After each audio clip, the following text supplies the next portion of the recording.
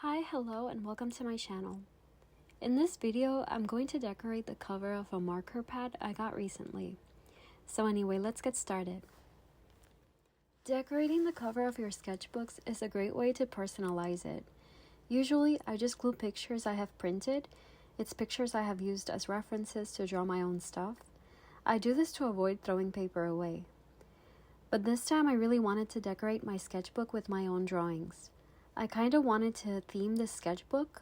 We'll see if that holds, but since I only have a very limited palette of markers, I think it's easier to have a more cohesive aesthetic for this sketchbook. Also, this isn't an actual sketchbook. It's a drawing pad made for markers. I couldn't find a sketchbook in my nearest art store, so I got a pad instead. The problem with drawing pads is that the sheets are meant to come out or come apart, but I got a hole puncher and some binder rings and plan to make a sort of spiral type sketchbook. If it isn't easy to sketch, I can always remove these rings, take out the sheets I want to draw in, and then when I'm finished drawing, put it back together again, no biggie. So the first thing I recommend doing is writing down information of the sketchbook or pad in a piece of paper, and tape or glue inside the pad. It's nice to know the type of paper you're using, the number of sheets, and other information that may actually be useful if you happen to want a sketchbook with the same properties as this one, or if you want something different in the future.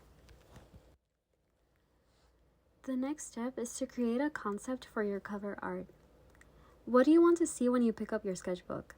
Is there anything you're interested in lately that you would like to draw in your cover? So brainstorm some ideas of what you would like to draw. I have really been into Vaporwave and future funk aesthetics lately, and I only own one Ohuhu pastel marker set, so I think the colors do fit the aesthetic. I took inspiration from the grid line streets with the nature backgrounds, and I also took inspiration from old school windows. I also wanted to see if I could incorporate an original character I made not long ago for my Valentine's Day Candy Hearts character. She has a color palette that would go with Vaporwave and Future Funk, and you can make sketches with your ideas, the color palette, and the composition you would like for the cover. I will admit I had to redo this one.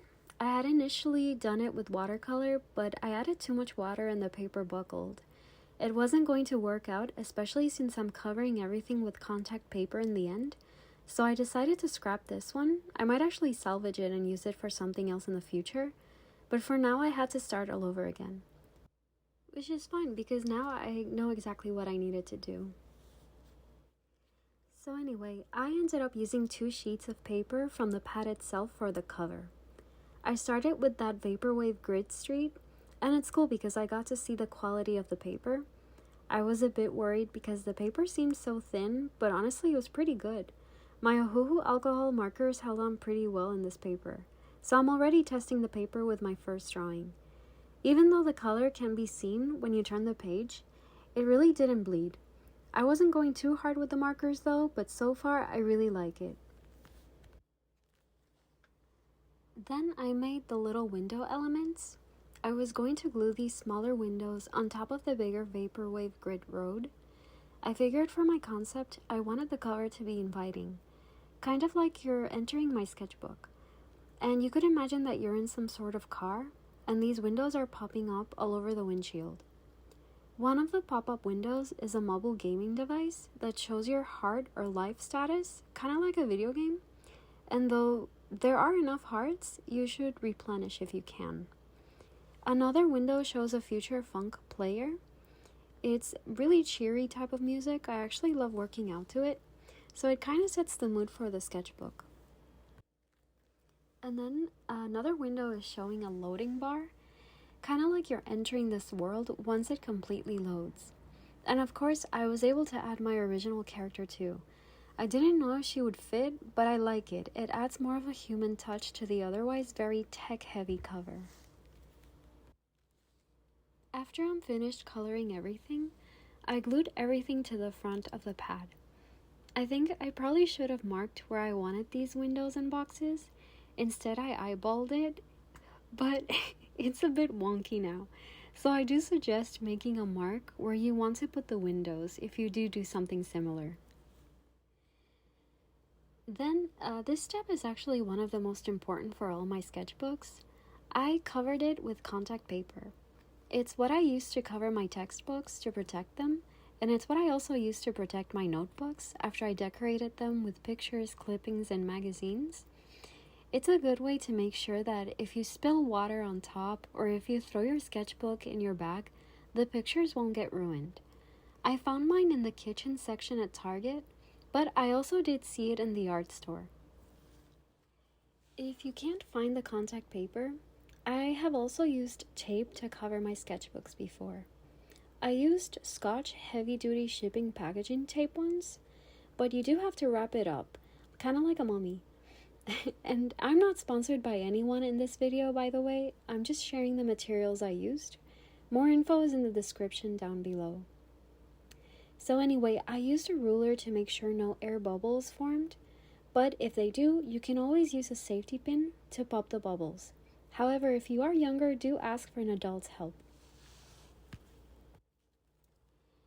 So I also decided to paint the edges of my pad with color combinations that I had used in the cover. This pad is too thin to notice it properly, but I do think it looks cute. Then I got to punching holes in the pad. I measured where I wanted the holes in the cover first. I didn't want it too close to the edge of the paper because it could tear easily. And then through the cover, I marked where I wanted the holes to go in the paper itself. I got my binder rings in Target as well as the hole puncher.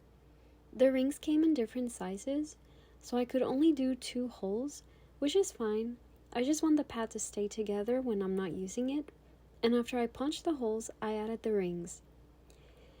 I will say this though, the back cover was super hard to punch holes through. I had to use a sharper object, so be careful when doing this. However, you don't actually have to do it. At first, I left one of the sides without punching a hole through the back, and it still works. Maybe not for drawing, but again, I just wanted to keep my pages together. So it's finally done. Got my new marker quote-unquote sketchbook ready to use. I kind of want to try and finish this sketchbook this year, but we'll see how that goes. Hopefully, you got some inspiration to go decorate your own sketchbook covers too. It's actually really fun. Anyway, have a good day and see you soon.